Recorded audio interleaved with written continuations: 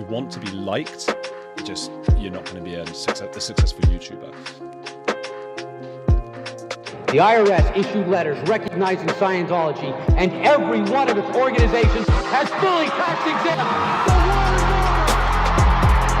The length of time from the planet Coltis to the planet Tigiak, which is the name of this planet, was 9 weeks. Do I look brainwashed to you? And they had elected a fellow by the name of Xemu, could be spelled Xemu, to the supreme ruler. Andrew Gold, welcome to the channel. Thanks for having me, Kelly Copter. What a pleasure to be back. I think I must have been on before, or maybe not. I don't know. No, we have only done one video, Andrew, and that was about a year ago when we did our in-person interview on your channel, On the Edge. That was brilliant. Things have changed. Things have developed. Everyone hates me now, but yeah, go on. Yeah, well, you know what? I'm hoping that we're not going to get cancelled today, Andrew. That would be nice. You know, I've just hit my 15,000 subscribers, and to fall so soon will be very sad for me. It won't. It couldn't possibly happen. You're the nicest person on YouTube. You're uncancelable. Plus, well, maybe you'll want to talk about it later, but I don't actually think that. I think the idea of cancelling is exaggerated a bit. I don't think, at least people like us, I think it's quite hard for us to be cancelled. I think the truth about it, really, as far as I'm concerned, is that you can only really cancel yourself. If you stop showing up, you're cancelled. You know, if people tell you to stop showing up, they're telling you to stop showing up, and that's it. You know, you're only cancelled once you actually do it, I think. But it can't be easy, that's for sure. And we will talk a little bit about that. I know you're referring to your new channel, Heretics. What is a heretic? Well, a heretic is somebody who flies in the face of conventional wisdom, I think. So I guess Galileo was the archetypal one.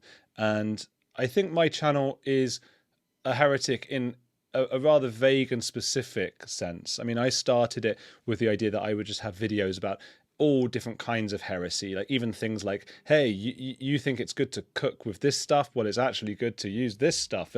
Like any kind of thing where it's like a person is standing up and saying, this is going to be, here's a different idea to the current mainstream orthodoxy. And unfortunately with YouTube, that's not really possible to do in any kind of impactful way, because what happens is after a few videos, you tend to find that maybe one or two of a particular kind get loads and loads of views. So my ones about anti-woke culture got loads and loads of views.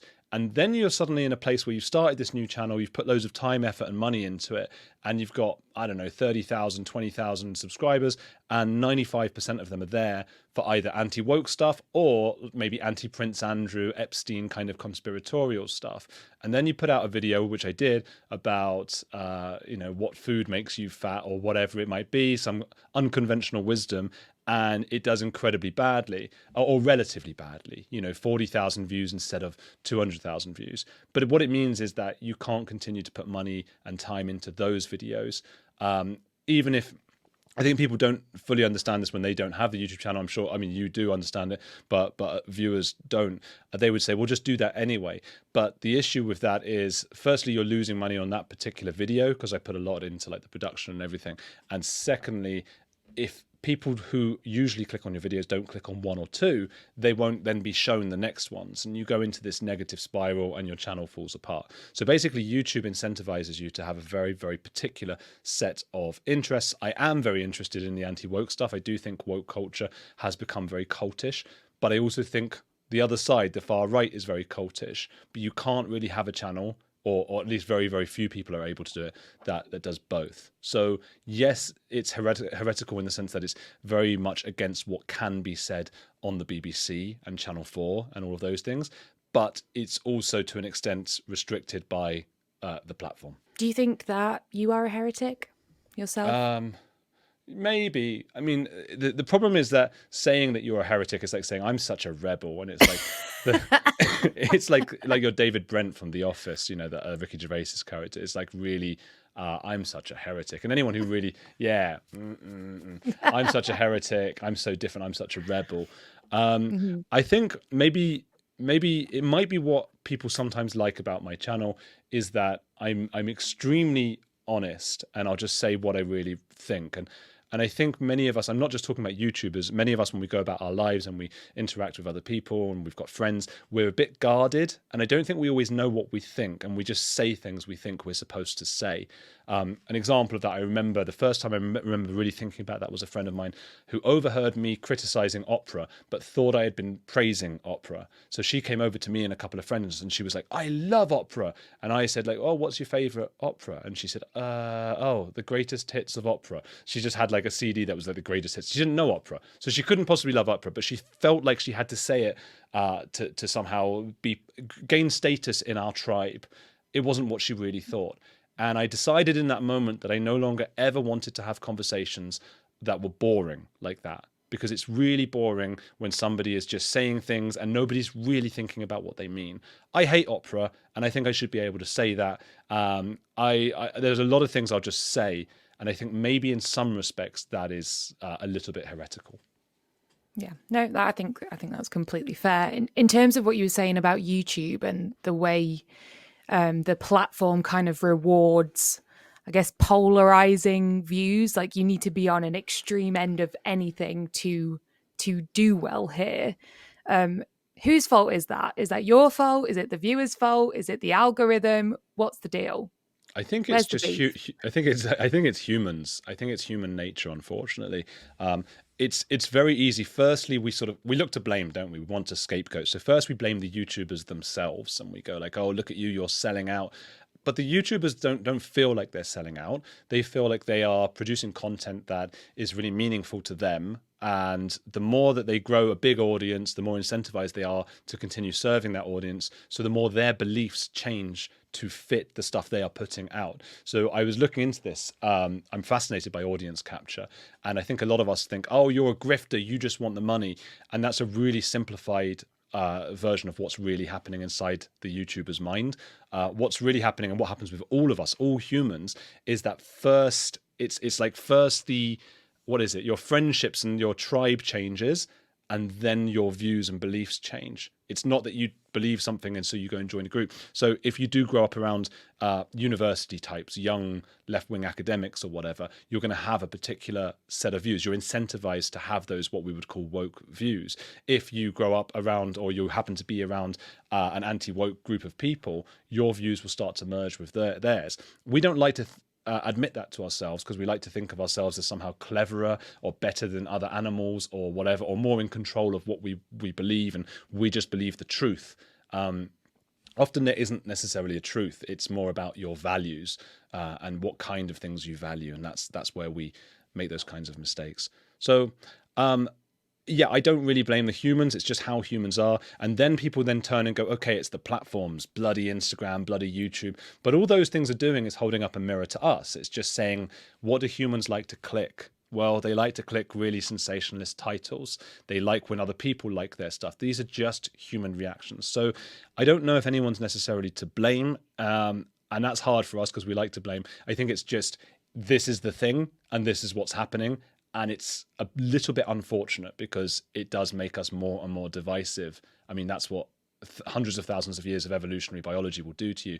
You go around in tribes. That's the whole point. You're supposed to hate the other tribe. You're supposed to feel very confident about your own tribe and your convictions within that tribe. Otherwise, your tribe will fall apart and you won't survive to pass on your genes. So we're tribal. That's how we are. I don't know what the answer is to this, but I don't necessarily blame anyone.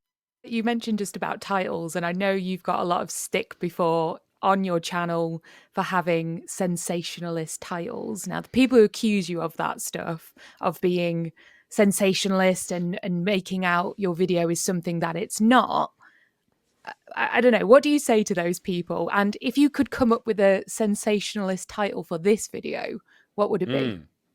Okay, well, firstly, those people who criticize are right, and they're right to criticize, and I can take that, and I need to have broad shoulders. That's part of being a YouTuber. One of the things I've heard from people like Chris Williamson, who's a big YouTuber himself, over and over, and I think Joe Rogan said versions of this, if you want to be liked, you're not going to be a successful YouTuber. So That's really hard for us to do because we are incentivized, again, evolutionarily, to want to be liked. If you're not liked, you don't get the food and the spoils and all of these things, and you have less of a chance of surviving. So we have a very strong impulse to be liked by our tribe or our tribes. However, I think you have to make a conscious decision and say, people are not going to like everything I do. And not everything I do is going to be morally perfect, because humans aren't, and business owners aren't, and people who are very successful in business can't always prioritize the most moral thing. What is better then? I would say to those detractors, who have every right to criticize, but what is it better that I have this nuanced discussion and 1,000 people see it? Or is it better that I have this nuanced discussion and, potentially 400, 500,000 people see it? And the difference between 1,000 and 500,000 is a sensationalist title. And it's a shame. And time again, interviewees will contact me afterwards and say, like, hey, we had this really nuanced conversation.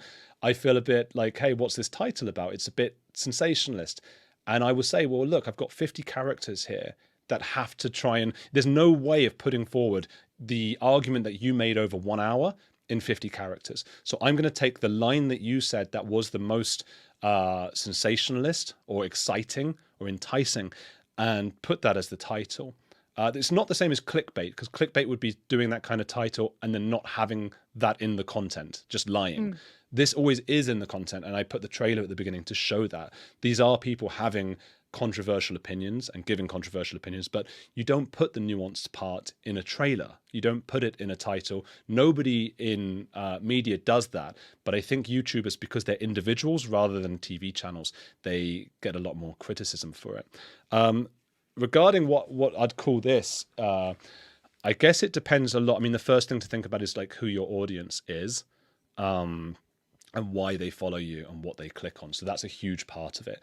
The stuff that works for me is not the same stuff that works for Stephen Bartlett's Diary of a CEO. I tried that. That one that didn't do well for me was with Dr. Giles Yeo. He got about 40,000 views in the end. And in Stephen Bartlett, he got 6.5 million views. And we did pretty similar titles and thumbnails and things like that.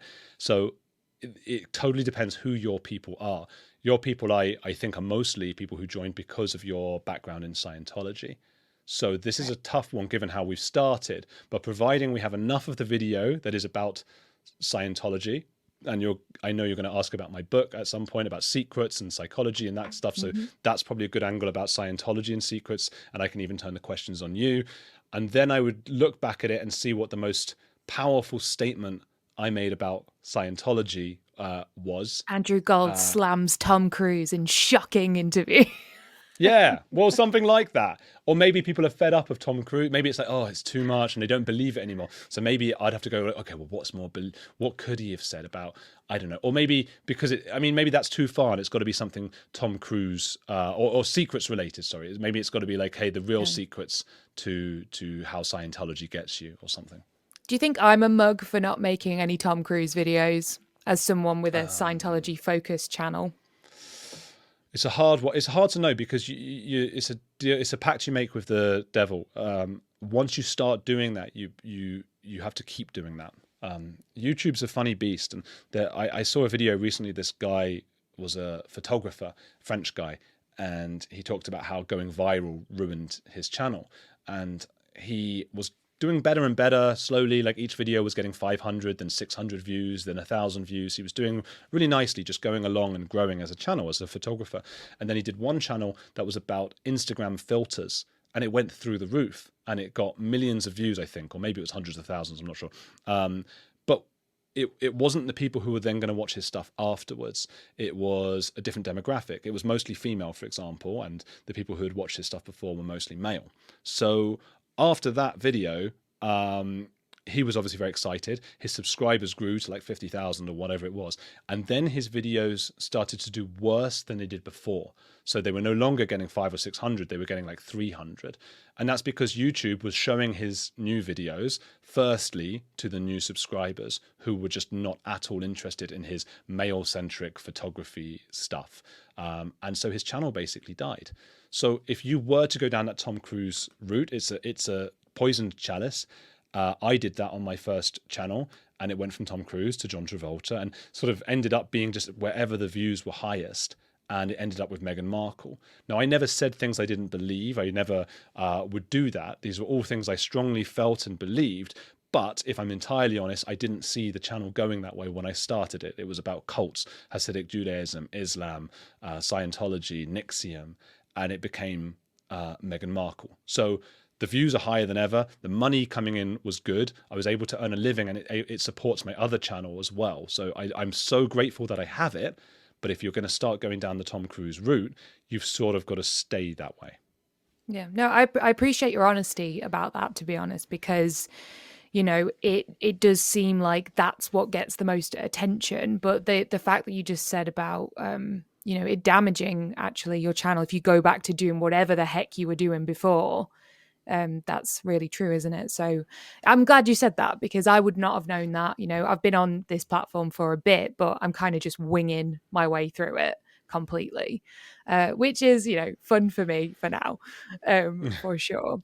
Obviously you Yeah, have people. your, Sorry, go oh, on. go on. No, you go. I was just going to say people don't entirely realize. I mean, to be a YouTuber, um, I don't know. I'm trying to think of a way of saying it without sounding conceited. But as you know, my views are like through the roof. They're like ridiculously high. And I don't mean because I'm so great or whatever. It's just my channel, both the channels, get stupidly high views compared to 99.99999% of YouTubers. And the reason for that is not, I think a lot of people think, oh, because he just does whatever and that's it. It's really that people fail to realize YouTube is a business, and it's a really complicated one because it's a business, but it's also a community. So you have these beautiful relationships you form with people, and that's why I always want to be so honest with them. A lot of YouTubers are not so honest. These are real people that are coming and spending time on your channel. And it's important you treat with them with that honesty and respect, which I know you do as well, and a lot of YouTubers do. But also it is a business. If you want to be the best of the best, you're competing with a million other YouTubers. And I sometimes see some of the stuff that some people will say, like that they're being shadow banned, and I'm sure shadow banning might happen to them, meaning that their videos are deliberately not put out by YouTube because they have said something controversial or whatever it might be. But often I will go and look at those channels and go, gosh, like you don't get it. Like you've not bothered with the thumbnails. You've not done a title. You haven't.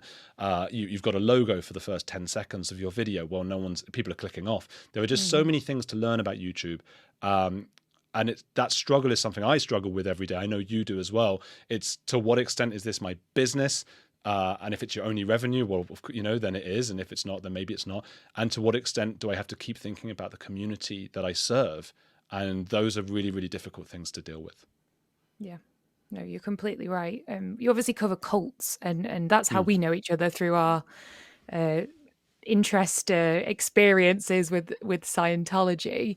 I know you've mentioned them in your book, which I do want to talk about very shortly. But I just want to ask you if you think that being a YouTuber, being on YouTube, is it culty? As a YouTuber, are you like a cult leader in a way? You know, you have hedgehogs, you've got your followers. Where do you sit on that? Yeah, well, absolutely we are. One of my favorite books on this is Amanda Montell's Cultish. And I like the idea of cultish because we can become a bit binary sometimes in our use of the word cult. The idea that this is a cult and that isn't a cult. And to me, that makes no sense. I know we've got the Byte model by Stephen Hassan, and we've got several other models that people use to go, okay, that's a cult, that isn't, that's a religion, that's a whatever. I think the reality is the kinds of things we see in cults, tribal thinking, feeling like you can't really say what you really believe or you'll be kicked out of the group, relying on that group. These are things we see in, your local soccer team or your local library. Forgive my use of soccer, by the way. Your local football team. Soccer. Just You got to do it with Americans the accent if you're going to do it. Your local soccer team, your library, your book club. Any of those things. If you get to a point where, and she says the best thing to do then isn't to, if you're worried your book club is a little bit culty, you can't say your opinions anymore because people are going to kick you out. She said the best thing to do is not to get rid of that cult, but to have many cults in your life. So you can have a bookshop, but then you also join the swimming team or the whatever, so that not everything depends on that one community. Because when everything depends on that one community, you are liable to be incentivized to act just how the head of that community acts, and to revere them and to look up to them. And that's what happens in Scientology. Now, YouTube, yeah, it's a really complicated one. I did a course on YouTube when I started out. It was like this 30-day course that was really helpful for just helping to sort my mind out. There was nothing really that spectacular in it that you wouldn't know, that you wouldn't apply to most businesses. But YouTube, there was one point, there was like 7 days where it was like day one was non-believers, and you have to tell your community about the non-believers, the bad guys, basically. I mean, this is very Scientology for any kind of cult. Icons, right? So again, as you say, my icon, look at my, everyone knows my lights, those yellow lights, I need to replace the batteries, but you know, and the same for you, the purple, the blue, the stuff going on behind you. Going on. Yeah, you have to do that. I mean, these are things that you do in any business. I mean, look at McDonald's and those golden arches. So on the one hand, these are just essential human psychology tricks, I suppose. And on the other hand, they can be a little bit culty. So when you combine all of that stuff with the fact that you now have between, I don't know, 10,000 and a million followers or whatever, who are literally followers or subscribers to what you put out, it can be a bit culty. And that's why I think it's really important to approach everything with a bit of humility, a bit of humor, and to say like, come on guys, I'm a bit of an idiot, you know, that kind of thing. Because otherwise certain people definitely get culty. You see that kind of bad behavior as well as they get bigger, the way they treat their subscribers, particularly some of the men with the women. You know, there's a few stories there that I won't name any names. So yeah, it definitely Tell gets... me off the air, because I'm not sure who you're referring to. Yeah, there's one or two who've been known. Maybe people can put some guesses in the comments. I think if you know about some of those stories about some of these male YouTubers. Yeah.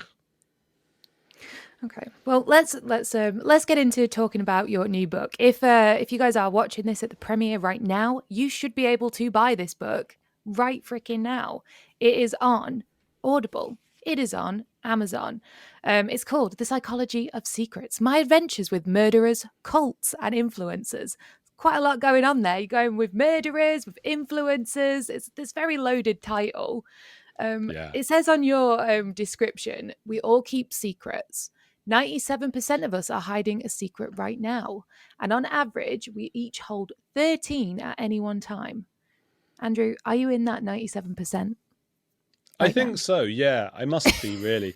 It's so hard though, because I think a lot of the secrets are like, loads of people were like, I don't have any secrets. That's your first thought, and then you start thinking often they're romantic, like related to romance, you know, watching pornography or whatever, right? And I did a survey anonymously, and found like, I mean, the amount of people who do, you see so much stuff of like anti-pornography online, take it all down, blah blah blah, and the percentage, it was like 99.9% of the men always did, loads of the women did, and I won't go too much into the detail with that stuff on your YouTube because it'll get you YouTube in trouble, but there's a lot of like the secret sides of us that we wouldn't even think of as secrets, but we might not want somebody to know about.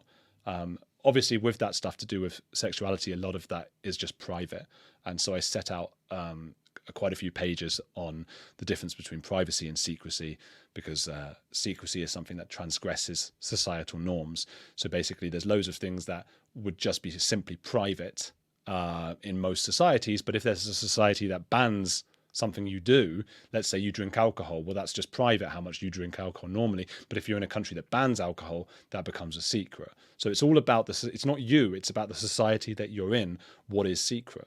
And I think that's a bit of a shame, and that's going back to the Instagrams and the YouTubes and the Twitters. The selves that we portray to the world are perfect and wonderful, and that means that the rest of us, which is all of us, when we go on Instagram and we see all these other perfect people, we feel a lot of shame, and that's really sad. And that shame makes us keep secrets. So then it suddenly becomes, oh, this person seems to have a Lamborghini, I need to keep a secret that I can't afford a Lamborghini. Or this person has a perfect life, I have to keep it secret that I don't. This person seems to have sex with their spouse 75 times a day, you know, something ridiculous. And I, you know, so suddenly... They should keep that a secret. That probably would be a secret. That's all that... Sorry, I can't even laugh much because I got a cough, by the way. If anyone's noticing I'm not laughing as much as usual, it's because of that. It's not because I'm not funny. You're very funny. It's just that when I do start laughing, that's when the cough reflex kicks in.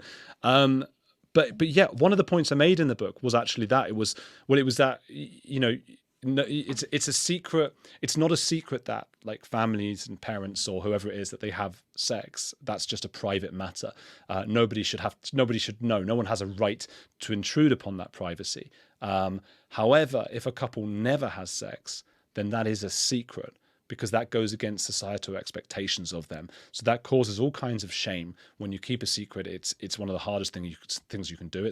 It's how cults are able to really break you down, because secret keeping is so difficult. And so it's just interesting to see, like, okay, yeah, having sex is not actually a secret. Not having it is a secret. So that's the funny thing with secrets. Do you think there's like a spectrum of how, because you talk about in the book how secrets can be kind of damaging to ourselves, so they can eat away at you in some way or that kind of thing. Do you think there's a spectrum to that? Because you've got a whole chapter of the worst secret in the world, right?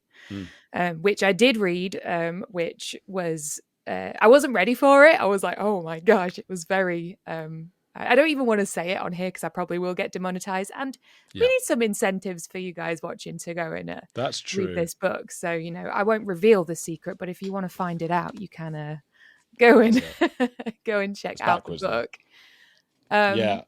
Yes, you're right. And a lot of that is, I mean, the reason for that chapter was like, I decided to put together everything that I'd learned about secrecy and try and find like what the worst secret could possibly be. And it, the hardest things about keeping a secret is when it's entwined with your identity. So Alan Turing's a really good example, because he was gay in a time where you weren't allowed to be gay. So again, if someone's gay today, that's just private, really. Back then, of course, it was a secret because it could get you arrested if you had sexual relations with another man. And Oscar Wilde's another example. Those kinds of secrets are just impossibly difficult, because you just have this incentive to show who your identity is and show who you are. So trying to keep a secret like that, really, really, really hard. Secrets that can get you socially ostracized and people can think badly of you, again, those are much harder than, say, what we would call a prosocial secret, which is a secret that is like a surprise birthday, right? Those are prosocial. But even that I found difficult, because I remember I had to keep that secret that my brother was coming for my dad's birthday or something like that. We were on holiday somewhere, and I struggled because every time I was about to start talking, my brother's name was like in my mouth. I'm a very bad liar. That's why I'm honest as well. I know it's almost a defense against the fact that if I lie, I'm gonna reveal everything right away. Yeah. And I did reveal it by accident in the end, because I was just like, well, I'll take that room, and Michael will probably take that room. And my dad was like, Michael's coming, and I was like, No. I meant like hypothetically, it's the kind of room that he would typically take were he here, but he's not coming. Yeah. And nice try, Andrew. I just ruined everything. It was so impossible, and I felt really bad because he'd like come from across the world, and I knew I'd like ruined everything. But that's anyway. That's still a much easier secret to keep than one that could cause and provoke shame. So do you think it's the fact that you're not allowed to say it? You're not allowed to say something. So, it's the equivalent of don't think of a pink elephant. It's on the tip of your tongue the whole time. Exactly. Yeah. And I talk about the pink elephant example as well in the book. I mean, the reason that we are compelled to tell secrets, I think, again, I like going back to evolutionary biology, because it just makes sense to me. And a lot of this stuff is theoretical, but it just makes sense to me to think of 300,000 years of humans living together, and some of them passing on their genes, like surviving better and passing on their genes. And for me, I think if you imagine lots and lots of different tribes walking around the world at a particular time, if some of those tribes, by complete coincidence, had a bunch of people who found it painful to keep a secret and got physically ill if they kept a secret for too long, they wouldn't manipulate the others in the tribe too much. You would have a much more cohesive society in that tribe. People wouldn't be hiding food from one another. They would work together better. So those people obviously survived a little bit better over the thousands and thousands of years, passed on their genes, passed on their habits, and now most of us who have survived, at the end of this evolutionary line, we find it painful. It really does hurt us to keep secrets, particularly really, really difficult secrets. That's nature saying, tell the rest of the tribe, tell them what's going on. But it's not always beneficial for you to actually reveal that secret. It's beneficial for the tribe, We have religions as well that compel people to tell secrets, even on their deathbed. Islam, Judaism, Christianity all have deathbed confession sort of ceremonies and things. The idea is, otherwise that information goes with the person who's dying. We want everyone in our society to tell us as much as possible. That gets into the extreme with things like Scientology, where they're pushing you so much for all of your secrets that, as you know from your own experience, you end up being pushed for secrets you don't even have, that aren't even yours. You have to make stuff up to give them something that they need. So that's almost like nature on speed. That's just like, bam, we need all your secrets now because that's how we're going to control you. And then the individual suffers. And they use what's called the murder routine as well. I don't know if you're familiar with that, but in their security checks they do, where they have these lists of questions. It's called the murder routine because they ask you the worst possible things. Have you ever murdered anyone? Have you ever done blank, blank, blank? Because YouTube will demonetize me. All of these awful things. I'll include the link below so you guys can see the list.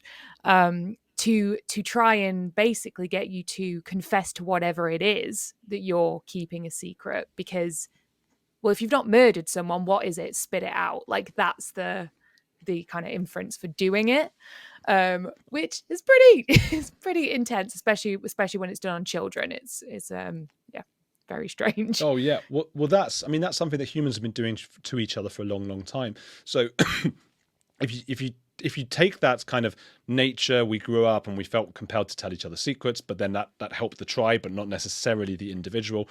And people realizing that when they came to power, like, okay, I'm going to benefit from knowing this person's secret. Information is power. So then, there's so many examples throughout history, of course, the Stasi, the Bolsheviks, the Nazis. But if you go really far back, there was this woman I write about called Empress Wu. Or Wu Zetian, and her full name was, or Wu Zetian. She was I think the first empress, the first woman emperor of China. And she was bloodthirsty, if we're to believe everything that's written about her. And she did have this kind of box in the palace that people had to put their secrets into about other people. They had to sort of dob each other in. And it was very Scientology-like. And we're talking about thousands and thousands of years ago here. And when people were in trouble, they would have to come in front of her and take their own lives in front of her. That was their punishment, was they had to do that to themselves.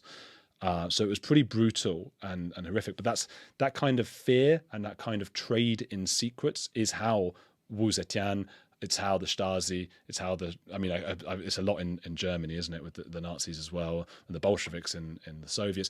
So many times throughout history, dictatorships or authoritarian high control groups have used the secrets of others to spread fear and to control the populace.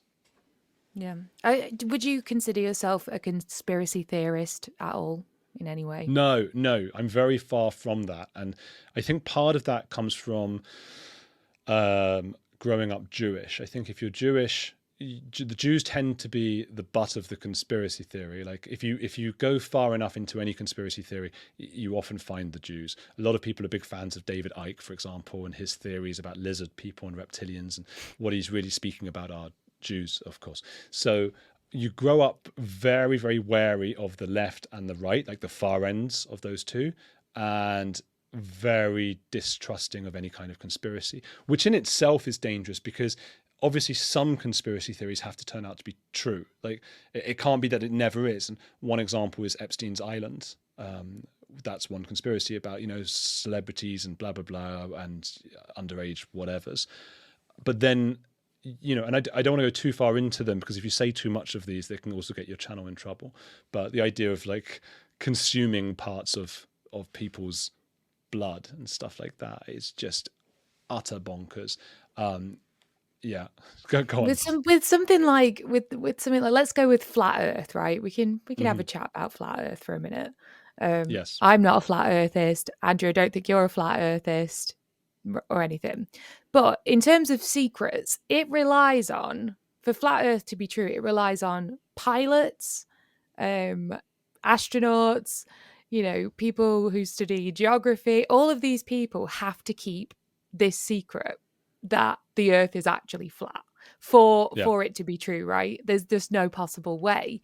And I don't understand how people who do believe that the earth is flat believe that that can possibly be true when we are so bad at keeping secrets in general. Yeah, I think you've hit on something really important that I hadn't necessarily considered. Because whenever I've had to argue with a flat earther or whoever it might be, I'm sitting there thinking, you know what, this is actually quite difficult to do, because it's difficult to disprove a positive, a negative, is it? So they're saying the earth isn't round. Now I've got to prove it's round. Now I'm told that very, very simple or early stage biologists and physicists can very easily do this. There are several different things to do with lasers across a lake and things like that. But I'm not going to go and do that, because I'm just not going to do it. And I would get it wrong probably. And I'm useless at anything. Like, I can't build things. I can't do things. So to an extent, I rely on faith. And I'm very against faith. I'm an atheist. And I think we have to do things with science and whatever.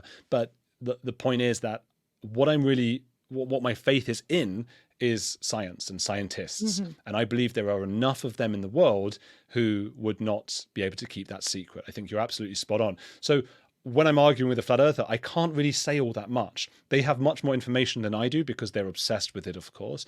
And they're going to try and flummox me with very fast talking and big language. And there's very little I can say except yes, yes, yes. However, it makes no sense that this number of pilots and scientists and so on would be keeping this secret. It is impossible. The same with the moon landing, that many people. Now, they might reply and say, well, no, because the pilots don't realize because such and such a reason. And the moon landing was only actually 2 or 3 people. They might say things like that. Yeah. It just doesn't hold true. But I think we have to first show humility by admitting, like, hey, I'm also relying on faith here. It's just that my faith is in scientific methods and yours is in complete bananas. Yep. If there's any flat earthers watching, let us know what you think in the comments, because I'd love to know. Sure. Yeah, but it should be open, shouldn't it? We should, I said it's bananas, and I think I wouldn't go too far there. I mean, these are nice, normal people. Bananas are round, so it can't possibly be bananas. They are. Bendy bananas, that was a whole Brexit issue as well. Let's not go down that whole thing. Do you remember that? The bendy bananas?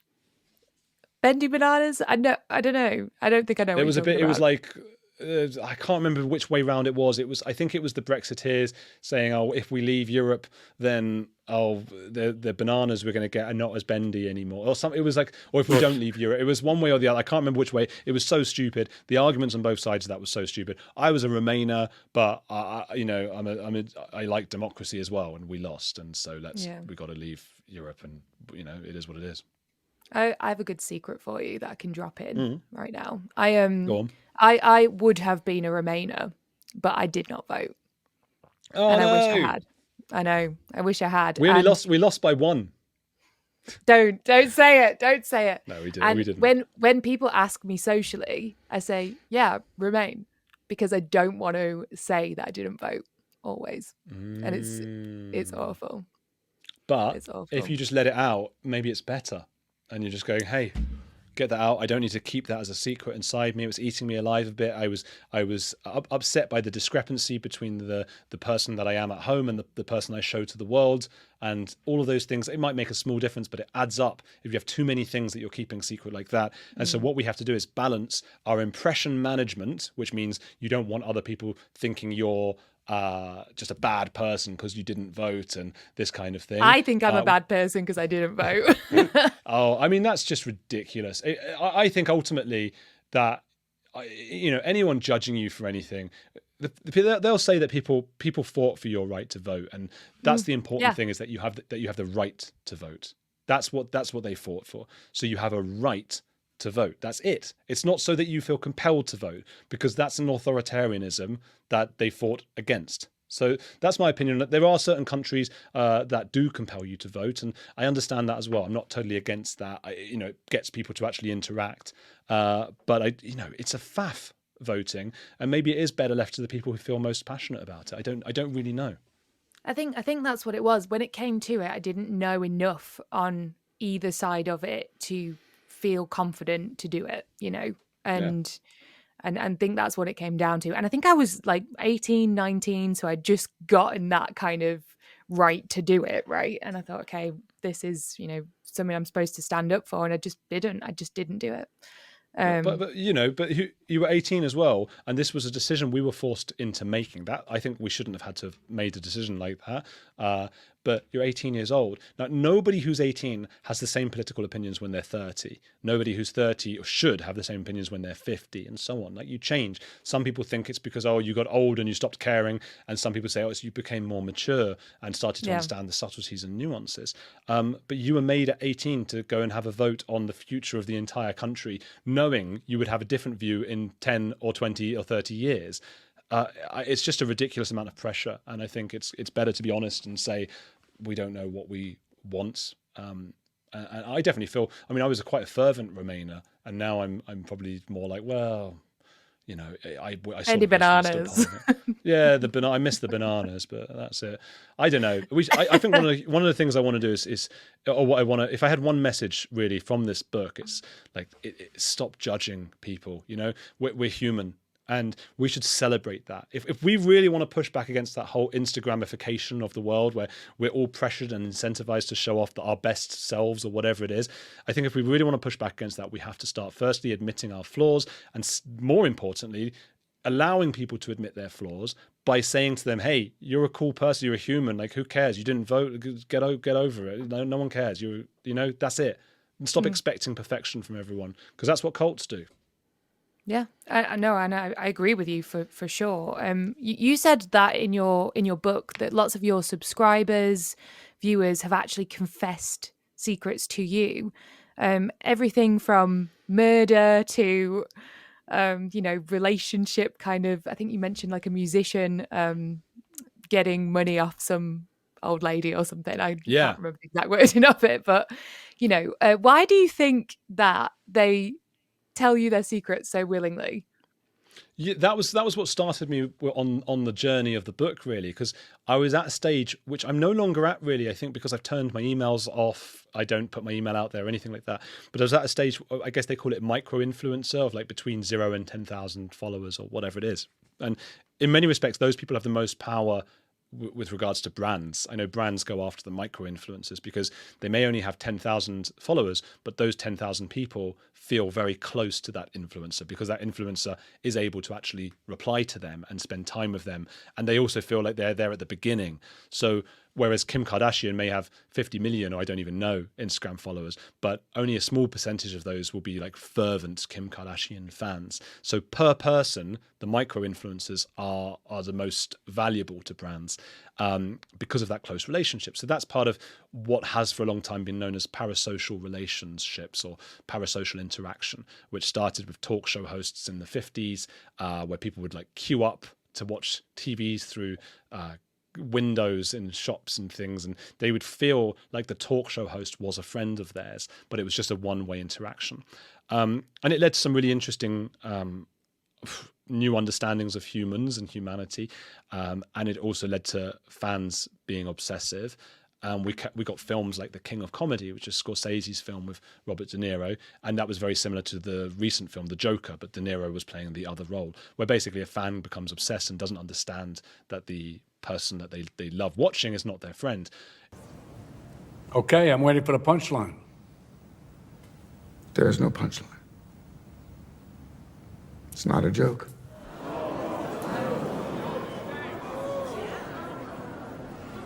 You're serious, aren't you? You're telling us you killed those 3 young men on the subway?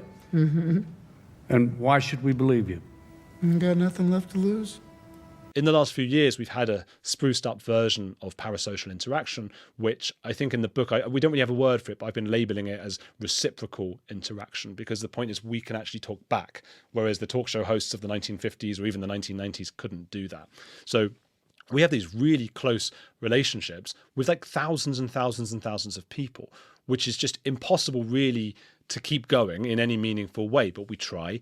And what it means is that sometimes, even if it's just 1% of our audience, if I've got 300,000 subscribers and just 1% of them feels really, really, really close with me, well, that's 3,000 people who all want my email, who all want to send me things, who all want my advice, and so on.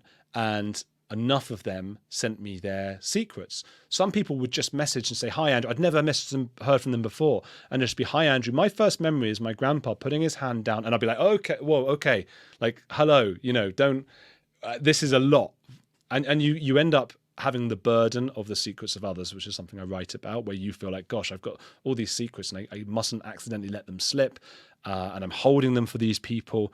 But you also have the intimacy created from sharing secrets with people. That's something you have to consider when you tell a friend a secret. It will increase the bond between you and them because you're in cahoots. You have the secret together, but you are going to be placing a burden on them. They are now keeping your secret on your behalf. And also, most friends will reveal your secrets, no matter how close you are to them. They will tell them to at least one or two other people. It's just how humans are, because they don't want to. And if you feel annoyed with them, it's like, yeah, but you gave them that burden and it didn't feel good, and they needed to tell people, and then they felt good. You put them in that situation. There should be some kind of consent, some kind of secret consent, like when people are emailing you with their deepest, darkest secrets. Sure. Should there be a, can I tell you my secret? Do you think there should be secret consent in the future? I guess so, but the problem is, like, as soon as somebody says to you, like, "I've got a really, really dark secret, but I want your consent to tell you," you're like, "Well, yeah, I've got to know now. I can't not know about your dark secret now. Bloody hell." But what was the question before? Do you remember? I asked why you feel that people feel compelled to tell you their secrets. Yes. So when you've got that parasocial interaction, you just want to tell those people things. That's part of it.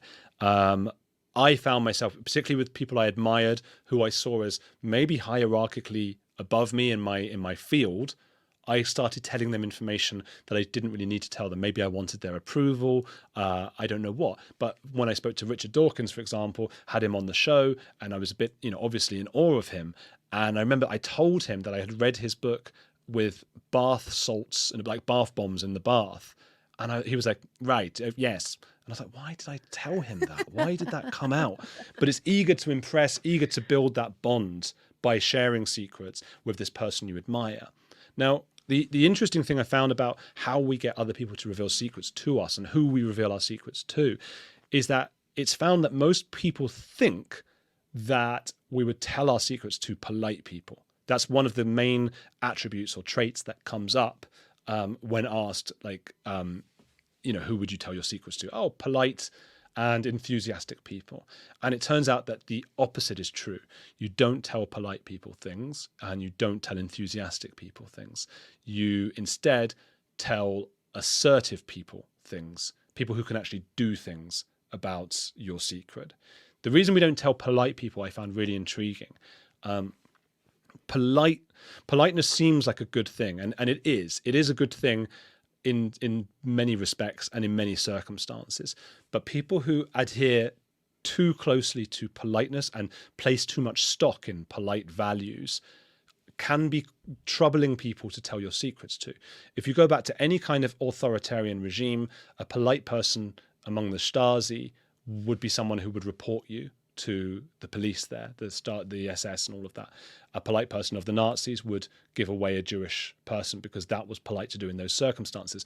You know as well as I do, better than I do, that in Scientology, somebody who's considered polite in Scientology might be somebody who would really not be the best person to tell your secrets to.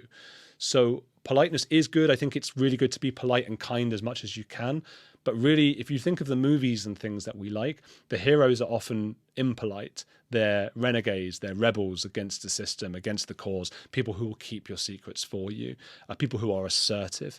And that's who we tell our secrets to. We tell people who can get things done and people who are compassionate as well. And I think, again, if you're a YouTuber, you're in a position where just by virtue of having a YouTube channel like yourself, you are assertive. You've been assertive enough to go, hey, I'm going to make a YouTube channel.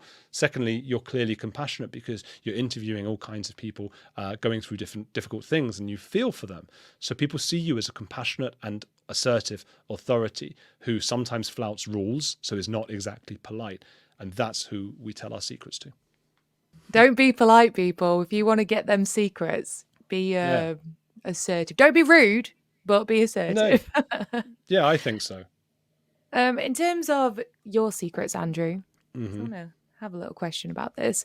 You spoke in the book about your experience and struggles with OCD, obsessive compulsive disorder.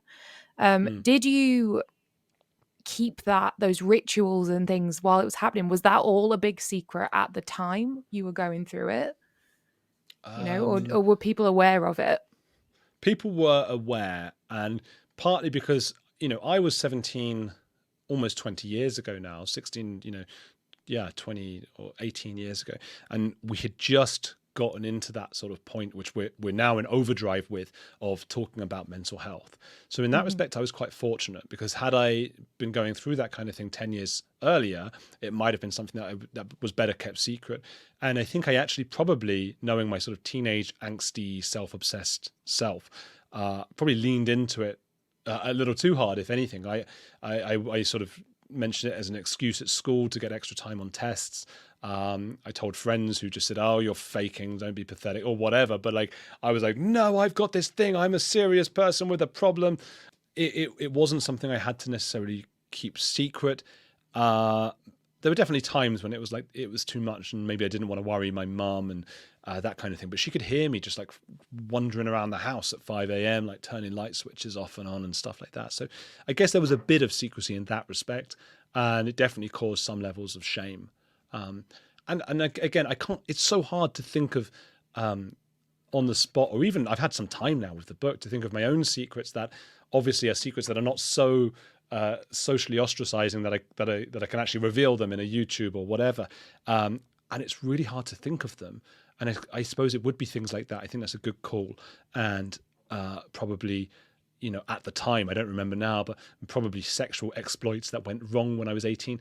But even those kinds of things, I've always had the habit, as a lot of people do, of talking over the top about those things, because it's the only way to get them off your chest and to feel better about them and to reframe them. Instead of being an embarrassing thing that happened and a shameful thing, it becomes something that we all laugh with my friends about, and then they share their stories, and it becomes a bonding thing. So that's why I think telling your shameful secrets and sort of owning them can be a really good move, unless it is a secret that is just going to get you in a lot of trouble, and that's the line.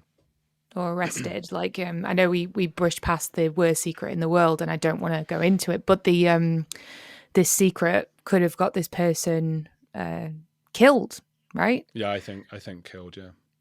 And the fact that they revealed that to you, to me, was crazy. Yeah. And how do you then have to deal with that, and like you said before, take that burden on?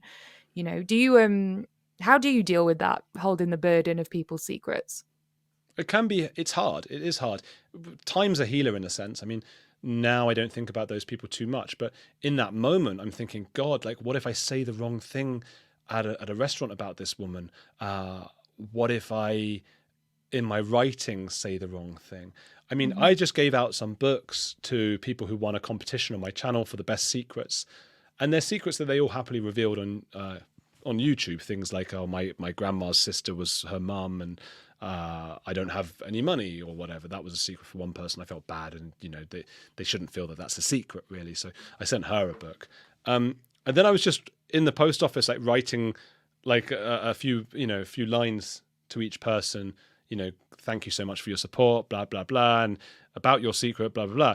And I sent them, and then I thought, oh no, but what if somebody else opens the book and and when they get it, their husband, maybe they have a controlling husband.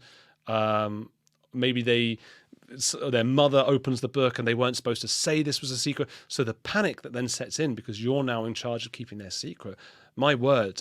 So I actually went and grabbed the books back from behind. Maybe this is to do with my OCD, but I went back into the post office and saw if they still had them behind the place, and they did. So I went and took them all out, and I put lines through a couple of the bits that might have revealed something about their secret. Because on YouTube, when they're told the secret, they've all got anonymous names, So I don't know. So that's what secrecy can do to you. Wow. Well, if you've got one of those books and you've got will they have will they have scribbles through what they've said, or did you rewrite them completely? There are scribbles, and then I've written underneath. I've just realised I probably shouldn't have said that bit, so I've scribbled it out above. But you still sent that. Yeah, because the detail was just I can't remember what, but like say it was something that happened with their dog. So I was just like, thanks so much, and don't worry about the thing that happened with your dog. Oh, you know what? I can say it now because they put it out and it was anonymous. It was this. It's so silly, but it was a family that her and her sister or brother had poked holes in their father's condoms when they were like 5, and a few months later they had twins, or like 9 months later they had twin sisters. And so they were like, oh shit, we did that. And they've never told a soul. So I was just like, let's celebrate the fact that your twin brothers are here with us, blah, blah, blah. And I thought, oh, but what if like the dad somehow sees the book and sees that? So I scribbled out twin brothers and just wrote at the bottom, I've taken out the incriminating evidence or something like that. The incriminating evidence. That's brilliant. I love that you sent that as well, to be fair, because it's, it's, I think it's another reason why people do feel, that closeness to you, because you're quite open about, where you've gone, oh, I've overthought that, or I've changed that, I'm going to change it and just send it anyway. That's a really nice thing to see. And it's not trying to be perfect. So I think that is brilliant. Who do you think has more secrets? Do you think women have more secrets or men? Well, that would have been an interesting thing to look into. You should have been editing my book, because I didn't even think about that. I would say that women do, and the reason I would say that, yeah, because if a secret is defined by what is transgressing societal expectations, the expectations we place on women, and I don't mean this from like a bleeding hearts feminist perspective, but it is undoubtedly true that women from a very young age are told like, hey, don't stand in that puddle, and boys are told, hey, jump in the puddle. And from that moment on, there's a whole set of decorum, less and less, hopefully, but it's there for women that does not exist for men. Yeah, don't reveal your age. Don't reveal your weight. We are more conditioned to wear makeup and things like that, to disguise ourselves and stuff, So we have more, I guess they're littler secrets, but they're small secrets, but they accumulate. I think that's what I'm trying to say. I think so as well. And just, there must be so much stuff that women do, that they had a sneaky extra brownie. I know loads of people in the comments will be like, I have brownies all the time. But there are some women, I think that's the point, where they can't admit that. Whereas a man would be like, I had 10 chocolates today. So there's got, I think it's got to be more as well. Oh yeah, 100%. Something that women do that drives me crazy. I don't even know if it's secrecy or not, but to do with like food and stuff, is if you're in a restaurant or something, they'll either brag about not eating, which is just something that all women do it. I've even done it. It's awful. Why do we do that? And they'll change what they order based on who's around them and what they're ordering. It's just a weird thing. It's a weird thing. Mad. Yeah. That's something that men don't even know about that. I suppose men probably lie about how often they have sex, things like that. There's an expectation that they be having it all the time, and there'll be definitely a level of shame when they haven't done. And there's loads of guys, particularly single guys, who go like a year or two without that, but they're made to think that everybody else is at it like 3 or 4 times a week. And so that's an example where men get that kind of shame, and I just think that's ridiculous. And again, we can only fight that by being honest and laughing about these things and just learning to laugh a bit more. Yeah, no, for sure. I think money as well. Money's the other thing. Like I dated a magician once, Andrew. It was a big mistake. And he always used to lie about how much money he had and how much money he made. He would lie to his parents about all of this stuff. And I witnessed it and it freaked me the hell out. But I think women probably lie about how much money they spend. Magicians have got like a confidence in their lies sometimes, or in their own abilities. Not all of them, of course. I was watching The Traitors. I got like obsessed with The Traitors, the reality show. I applied to go on it. Oh my God. You would have been great. The English one was great. Yeah, I love it. But yeah, they've not seen my video, unfortunately. I sent them a little thing and they did not reply to it. I know. You'd have been perfect. But do you see, like, there's magicians, I can't remember if it was the English one or the Australian, but there was a magician who was just like, I'm just brilliant at reading people, so you've all got to listen to me, and like got everything wrong, obviously. That was another point in the book, actually, was like we think that like experts are good at knowing when someone's lying. There's a whole YouTube subsection, or not even a subsection, just a section devoted to body language. And it's almost entirely nonsense. It's a nice idea that we can tell just from looking at someone. I mean, the amount of people who've looked at my videos, like when I interviewed Amanda Knox, and they're going, she was looking to the left, she was lying. And it's like, you don't even know which way the camera is like flipped. Like, you don't know that she was looking to the left or the right or up or down. I guess up and down you do know. The only way to really do body language in any meaningful sense is to study someone's base rate, like how they are when they're not lying, for like weeks, or at least many, many, many hours in excruciating detail, and then find that, okay, when they're lying, they do something differently. But even those things can often be explained like, well, they're just acting under pressure. They're just stressed out. And we love to believe like, oh no, but and all sorts of studies have shown time and time again that even like judges, doctors, maybe, you know, scientists, detectives are not better at picking out liars than the average person is. So really? That's interesting. Yeah. It's nonsense. So, Wow. people on the Traitors, it was amazing. They would be like, "Well, I study English literature, so I'm just fantastic at spot." You know, and I know they're asked these questions like, "Why do you think your job might help you do?" You know, I'm a nurse, so I know when someone's like anything was like. So I'm just good at knowing. Everybody estimates their own ability to know when other people are lying. The reality is, it's really, really hard to know. I think my strategy, honestly, would be I would ask everyone every single day if they were a traitor. I would ask them every day until somebody made me doubt it.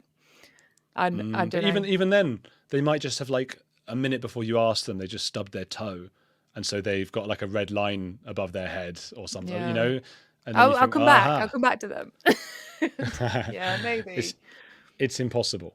It's impossible. The Amanda Knox case was the perfect one, I think, because there was a bit where the prosecutor said, I was watching the documentary about her, and for anyone who doesn't know, that's the woman who went to prison for 4 years in Italy, accused of murdering or convicted of murdering her flatmate, who was she was American, and the flatmate was British in Italy. And the prosecutor said, like, we didn't need evidence because we could see her behavior. And it's like the number one thing that a prosecutor or a judge or anyone in that situation should not be saying. You do need evidence, and you don't want to look at someone's behavior.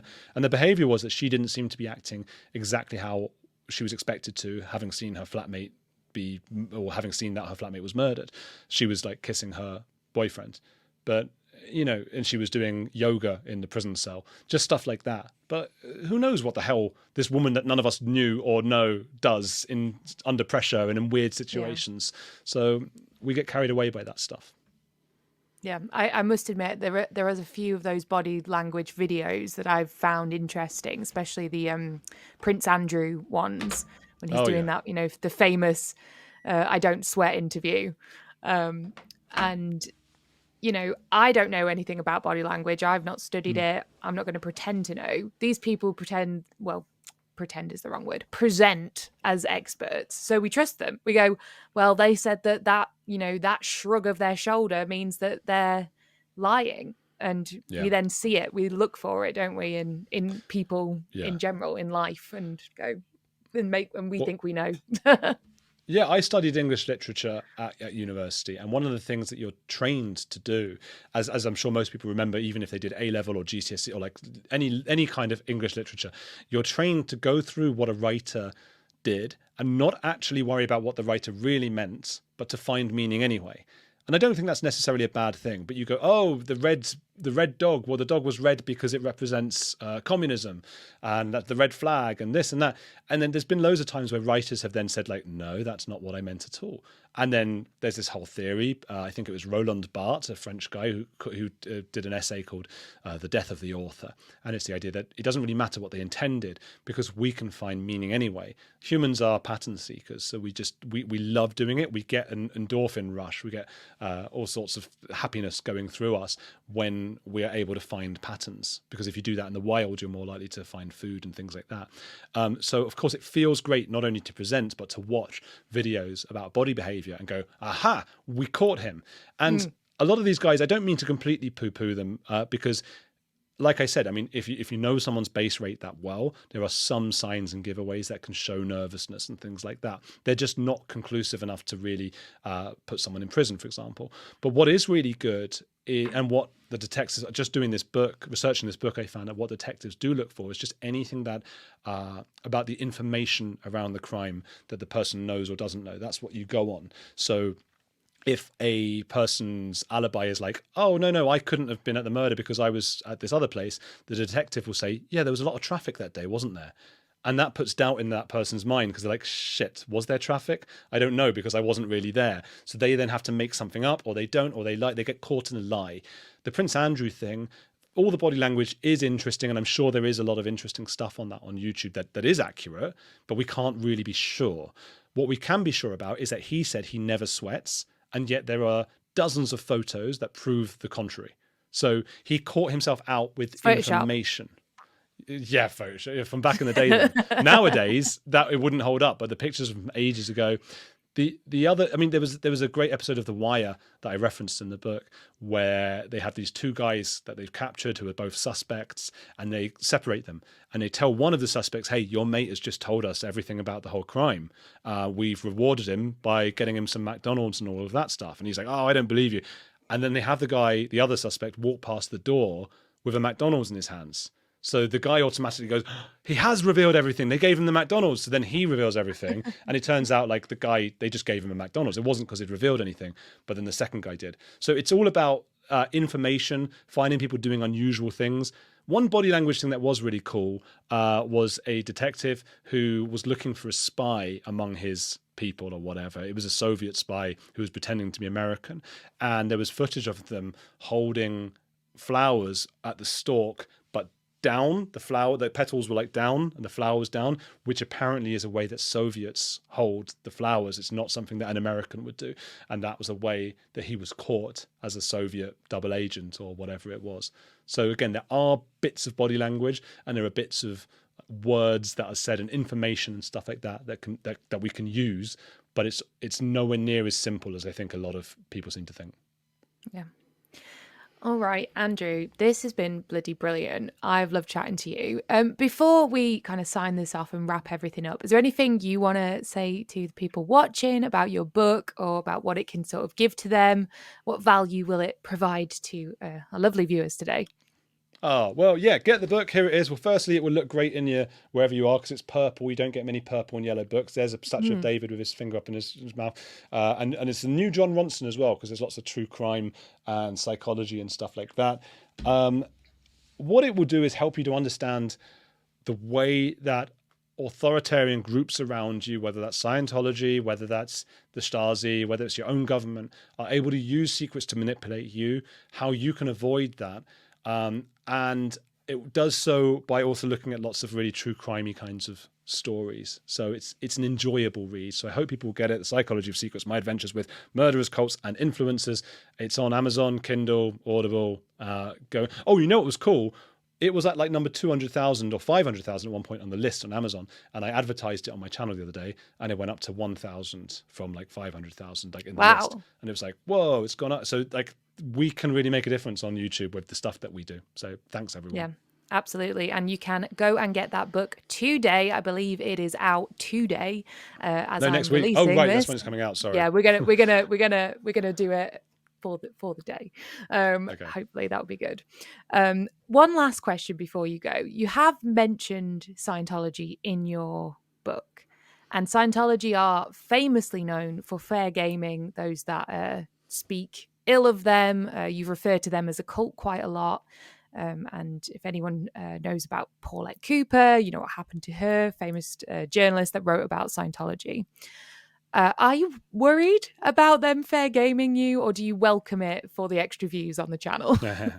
I'm not worried about it, really. I don't mean that as a challenge for OSA. I just think there are too many of us now. There's too many of us speaking out. I've never had any interaction with them. I was just with Aaron in Clearwater, and we were driving around, and it was fascinating to see these guys like all stay in their car when he's there because they're so scared of getting into confrontation with him because they know him and they know his number plate and everything. So they are more concerned now. They've come to realize, I think, especially since 2005 with all the Tom Cruise stuff, when he came out and started talking about it, that every time they open their mouths, every time they go on some sort of aggressive front, they just look stupid and they lose credibility.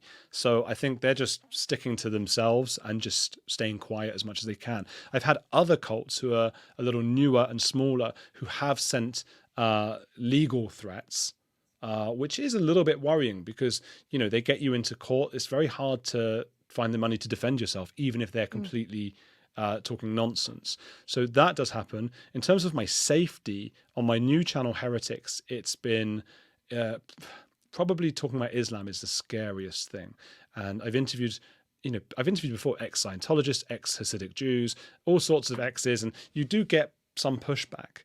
But when it's Islam, it's very dangerous. And I know what happened with Salman Rushdie. With Rushdie, it wasn't necessarily, criticizing other Muslims or parts of Islam or whatever. It was criticizing the doctrine itself. And that's where I'm like, when I get an ex-Muslim on who wants to talk about that, I'm like, okay, but don't say that about Muhammad or Allah, and this is not the view of the show. And you don't want to be that cowardly person. And then people start putting in the comments, oh, you're such a coward, Andrew, and all this stuff. And I'm like, will you go and get stabbed in the eye then? Yeah. So that's the scary one. Yeah. And the one that if you talk about trans, that gets you but not physically threatened, but that gets you're no longer allowed to talk at events and things, but such is life. Yeah, and it's definitely a interesting conversation. I've heard quite a few of your interviews about it, and maybe this video is not the video for it. Perhaps we could talk about it in another one, because I'm not against talking about it at all. It's interesting, and this is stuff that's going on in our society all around us. We should be able to have a conversation, and we shouldn't all get upset if anyone says anything we don't like. So that's my feelings about it anyway. So no, well, absolutely. And look, if there's one thing we can learn from Scientology and religions and all of these things, is that my idea of what is nice and good and righteous and kind is very different to yours and is very different to everybody else's. And simply saying be kind in terms of, and I speak from an atheistic position, I suppose, or anti-magical thinking. When people say be kind, what they're really saying is shut up and don't interrogate that thought too much. And that's never historically been the good side. It's never the one saying, no, don't talk, you're bad, has never been good. And it's not kind. No, the first step is, I think, for me to sort of deprogram people from any cult thinking is to realize saying be kind or saying, hey, be nice or whatever is not enough. And to interrogate yourself, hey, am I being kind? What maybe their ideas, they have different values from me, so they think kind's a different thing. And I think once you get to that place, as I'm sure most people do get to that place, most people are there. It's just some people don't seem to grasp it. And those are, whether it's politically far right, far left, Scientology, Hasidic Judaism, Islam, whatever it is, those are the people who are the most easy to indoctrinate, the most ideological, the most fervent. It's when they don't realize that someone else has a different idea of what it is to be kind. So that's what I would leave people with. All right. Well, guys, check in the description. Go check out Andrew's book, check out his channel. Andrew, thank you so much for talking to me today. It has been wonderful and enlightening and interesting as always. Thank you. I'm going to end it in 3, 2, goodbye.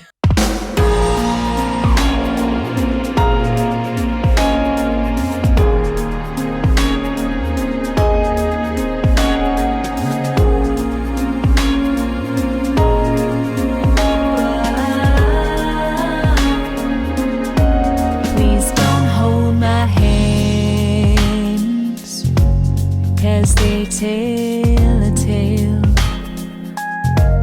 But you don't see me cry. I'm biting my nails. You promised me a future. You promised me gold. Some stories are fiction,